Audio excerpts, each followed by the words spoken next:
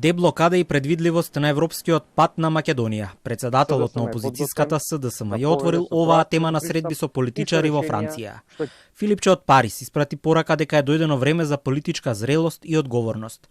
Во видео обраќање тој не откри дали таму ја презентирал резолуцијата со македонските црвени линии, кога станува збор за евроинтеграциите на државата, но посочи дека подготовката на истата е во завршна фаза, а решението е вин-вин за државата и за граѓаните.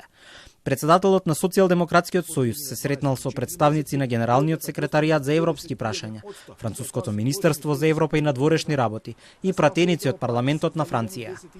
Овде сум да го промовирам и бранам националниот интерес и позициите на Македонија, за да продолжи европскиот пат активно, со резултати, со визија. Со оваа резолуција ќе понудиме национален механизам за справување со евентуални непринципиелни барања од Бугарија во текот на преговорите, ако тие на било кој начин излегуваат од преговарачката рамка, а се однесуваат на македонскиот јазик, култура, идентитет, како темелни вредности кои се веќе заштитени во повеќе европски документи и со самата рамка. Брз одговор стигна од владеачката партија. Од ВМРО ДПМН оценија дека е срамно лидерот на опозицијата да ги штити националните интереси, а изразија и сомнеж дека резолуцијата која се уште не е позната за јавноста е само задоволување на бугарските барања.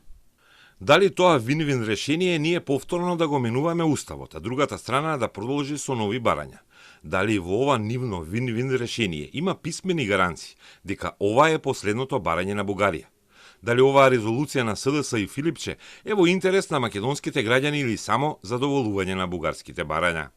Претходно премиерот Мицкоски во својот говор по повод Денот на независност кажа дека со нетрпение го очекува предлогот на СДСМ за да види кои се црвените линии.